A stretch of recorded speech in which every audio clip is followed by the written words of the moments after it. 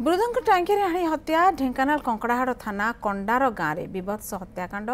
बहु को असद आचरण करुवा वृद्ध को टांगीरे हाणी हत्या करदे शशुर मृतक हेले से गाँव धर्मानंद देहुरी दोष लुचेबा जाई घोषारी घोषारी नहीं जंगल में फिंगी देथिला हत्याकारी तेज अभियुक्त वृद्ध श्रीधर देहुरी को गिरफ्त पर से हत्या करथिबा स्वीकार करिछि। घटनास्थल में कामाख्यानगर एसडीपीओ प्रभात कुमार त्रिपाठी एवं कंकड़ाहाड़ पुलिस पहुंची तदंत आरंभ करिसेंति। हत्याकांड में व्यवहृत टांगिया जबत करने सहित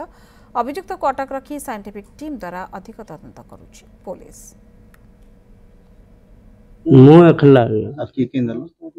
मो भाई के साथी करथली देर सिगे संग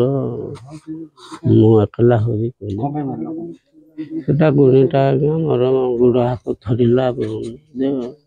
मारी देले का गुड़ हाथ मोर गुड़ हाथ थरला ताकू देखला सो दले हानी पराजिति देखिले जिंदे हमर अच्छो हमर जानिनी नंद बहु जागो झियो को कहले मते कहले कहला पर हटू कोन करा जाय हमर ससुर कोन सही पाइले कि जाले मो बौटा अछि माने